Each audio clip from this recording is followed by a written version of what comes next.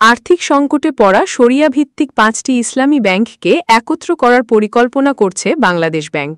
সংশ্লিষ্ট সূত্র জানিয়েছে, আগামী জুলাইয়ে আনুষ্ঠানিকভাবে এই প্রক্রিয়ার জন্য টিম গঠন শুরু হবে এবং ১৫ই অক্টোবরের মধ্যে শেষ হবে বলে আশা করা হচ্ছে।